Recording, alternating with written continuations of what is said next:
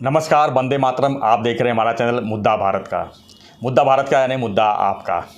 हम चर्चा करेंगे महाराष्ट्र की राजनीति पे। आज राज ठाकरे ने एक रैली को संबोधित किया, एक सभा को संबोधित किया और उसमें कुछ उन्होंने बातें रखी अपनी तरफ से, कार्यकर्ताओं की तरफ से भी। इसी विषय पर चर्चा करेंगे हमारे सहयोगी अनिल थत्ते जी से। थत्ते जी, आज राज ठाकरे जी का रैली था, आपने भी देखा, क्या कहना चाहेंगे इस पर? मैं तो एक तो कैसे है ना कि राज ठाकरे जब छोटे से मोटे हो रहे थे तब मैं उनके साथ इमोशनली बहुत जुड़ा हुआ था।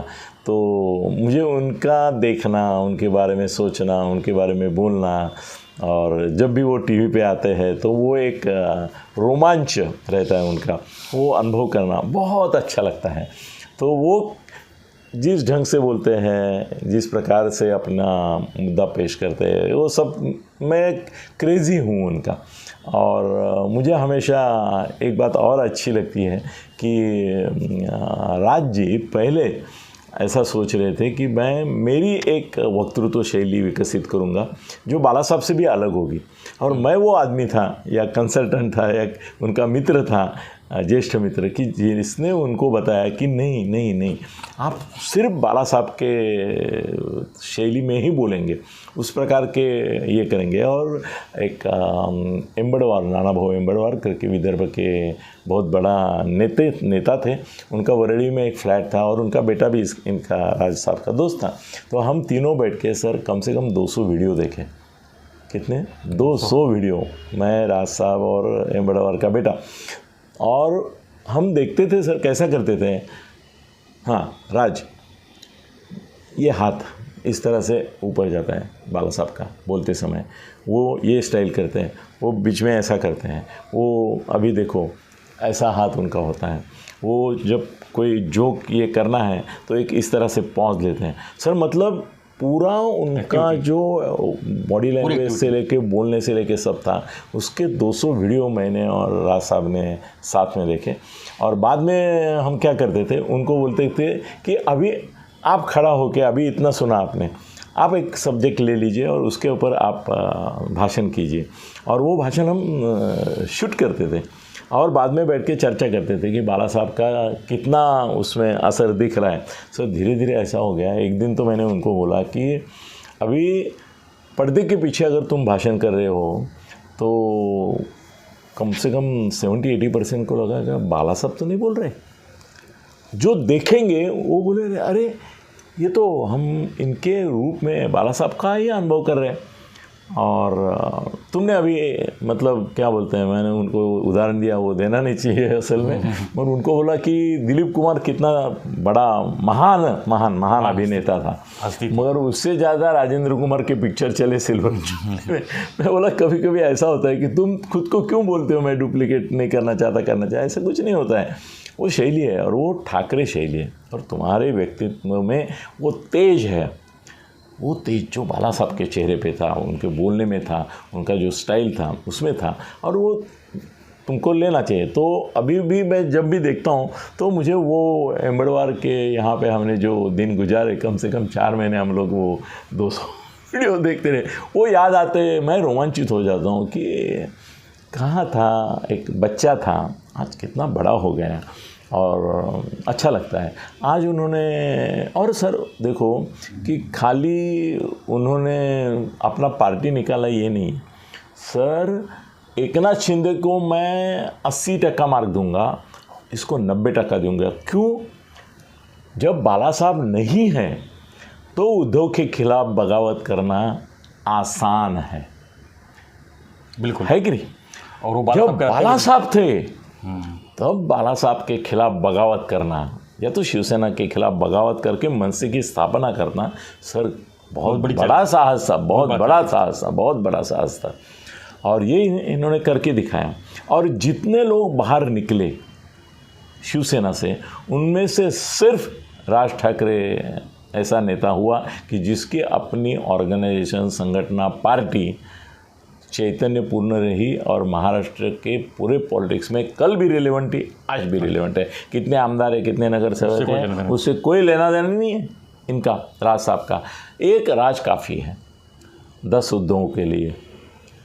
या एक मन से जो है वो एक मराठा लाख मराठा बोलते हैं ना, कभी कभी मुझे लगता है कि एक मन से सैनिक लाख मन से सैनिक के बराबर का होता है। सर आज उन्होंने ना अपने पॉलिटिकल परिपक्वता, मैच्योरिटी बोलते हैं, डेप्थ और अभ्यास और एक ऐसा उन्होंने अपने दिल की बात कहते हुए भी अपने जो हुकुम के एक्के है वो कहाँ है, कैसा उनका रमी लग गया है अंदर से, वो लोगों को मालूम नहीं पड़ने दिया। उन्होंने सबको गेसिंग, सर उन्होंने गेसिंग में रखा। उन्होंने एक शब्द भी नहीं बोला कि हम किससे ही समझौता करने जा रहे हैं, क्या करने जा रहे हैं, बिल्कुल नहीं। उन्होंने बीजेपी का नाम नहीं लिया, उन्होंने शिंदे का नाम नहीं लिया, उन्हें उद्धव का इनडायरेक्ट रेफरेंस लिया मगर डायरेक्ट उसका कुछ नहीं किया। और अभी जो अफवाहें फैले रही थी शर्मिला जी के कहने से कि त्यांनी साथ घातला तर बघू, उसकी वजह से टीवी वाले कल से ढूम ढूम बहुत कर रहे थे। हाँ। वो पागलपन है उनका, वही ने इस तरह से बोला भी नहीं था। मगर इन्होंने भी कहीं शिवसेना के लिए एक भी शब्द ऐसा नहीं बोला कि जिसका कोई अर्थ निकल के अनर्थ हो सकता है।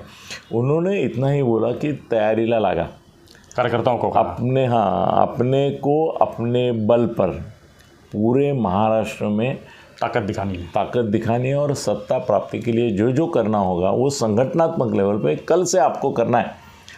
एक और बात, बड़ी बात उन्होंने ली, उन्होंने बोला कि 3 साल के बाद चुनाव आयोग के नियम अनुसार ये तुम्हारा मेंबरशिप का ड्राइव करना पड़ता है। तो बोले कल से मुझे मेंबरशिप का ड्राइव चालू करना है और पूरे महाराष्ट्र में, और जो पार्टीज़ है मतलब बीजेपी का भी नंबर 1 है उसमें, बाकी का तो किसी का इतना नहीं है।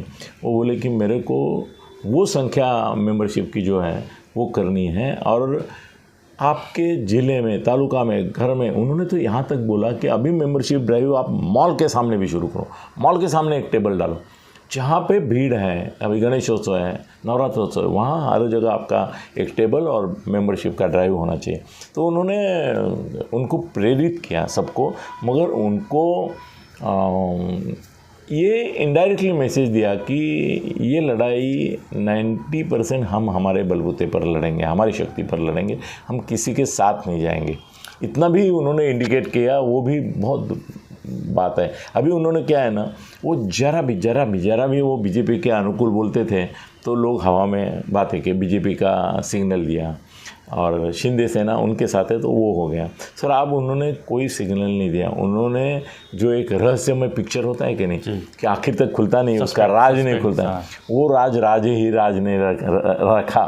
हाँ, और किसी को पता नहीं दिया। बीजेपी वालों को ये सब देखने के बाद महसूस हुआ होगा कि बाप आदमी है, कोई पता लगने नहीं देता है। बीजेपी को तो फायदा ही है ना, जो उन्होंने जो अपना ताकत दिखाएंगे तो वोट किसका कम होगा। सर उसके बारे में अलग वीडियो बनाएंगे ना कि इनका अलग रहने से इनका फ़ायदा क्या होगा, वो बड़ा सब्जेक्ट है। शायद वो भी चाहते होंगे कि तुम अलग से लड़ो, हमारे साथ मत लड़ो, क्योंकि हमको एक पहले तो सीटें देनी पड़ेगी आपको, उम्मीदवारी पहले ओवर क्राउडेड है वो, तो उसके लिए उनको वो भी मुश्किल है। और ऐसा है कि ये वोट खाने वाला आदमी है, वोट मराठी वोट, मनसे का जो मनसे मतलब मराठी वोट है ना, वो जहाँ पे उत्तर भारतीय और दूसरा उम्मीदवार होगा तो बीजेपी के साथ ये जाने के बावजूद वो नहीं जाएगा।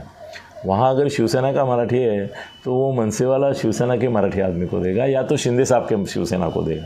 तो बीजेपी जो चाहती है वो हो रहा है, मगर पिक्चर ऐसा क्रिएट हो रहा है कि जो राज साहब चाहते हैं वही हो रहा है और राज साहब जो चाहते हैं वही होगा।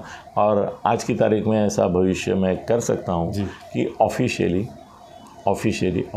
राज साहब कभी भी बीजेपी के साथ कोई ओपन समझौता नहीं करेंगे। इसमें ओपन अंडरलाइन है, बहुत कुछ उसमें है। धन्यवाद थत्ते जी। महाराष्ट्र। तो हमारा विषय था कि राज ठाकरे की आज रैली थी और उन्होंने कार्यकर्ताओं को चुनाव की तैयारी में पूरी तरह से लगने के लिए आह्वान किया। तो आपको हमारा वीडियो कैसा लगा हमें ज़रूर कमेंट बॉक्स पे लिखिए। वीडियो पसंद आए लाइक से सब्सक्राइब करना ना भूलें। धन्यवाद। जय हिंद, जय महाराष्ट्र।